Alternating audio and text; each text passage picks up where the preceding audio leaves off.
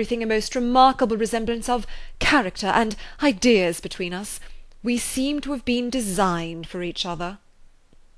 Elizabeth could safely say that it was a great happiness where that was the case, and with equal sincerity could add that she firmly believed and rejoiced in his domestic comforts. She was not sorry, however, to have the recital of them interrupted by the lady from whom they sprang. Poor Charlotte! It was melancholy to leave her to such society. But she had chosen it with her eyes open, and though evidently regretting that her visitors were to go, she did not seem to ask for compassion.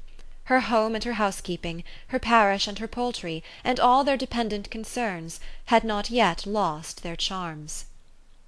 At length the chaise arrived, the trunks were fastened on, the parcels placed within, and it was pronounced to be ready.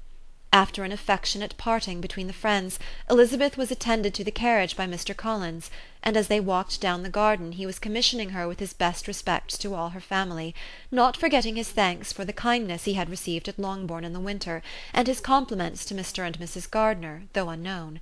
He then handed her in, Maria followed, and the door was on the point of being closed, when he suddenly reminded them, with some consternation, that they had hitherto forgotten to leave any message for the ladies at Rosings. "But," he added, "you will of course wish to have your humble respects delivered to them, with your grateful thanks for their kindness to you while you have been here." Elizabeth made no objection. The door was then allowed to be shut, and the carriage drove off. "Good gracious!" cried Maria, after a few minutes' silence. "It seems but a day or two since we first came, and yet how many things have happened!" "A great many indeed," said her companion with a sigh. "We have dined 9 times at Rosings, besides drinking tea there twice. How much I shall have to tell!"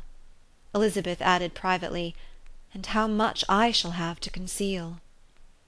Their journey was performed without much conversation or any alarm, and within 4 hours of their leaving Hunsford they reached Mr. Gardiner's house, where they were to remain a few days.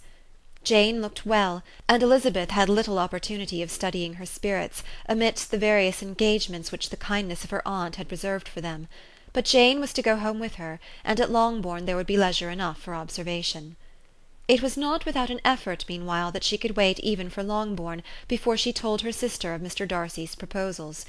To know that she had the power of revealing what would so exceedingly astonish Jane, and must at the same time so highly gratify whatever of her own vanity she had not yet been able to reason away, was such a temptation to openness as nothing could have conquered the state of indecision in which she remained as to the extent of what she should communicate, and her fear, if she once entered on the subject, of being hurried into repeating something of Bingley, which might only grieve her sister further.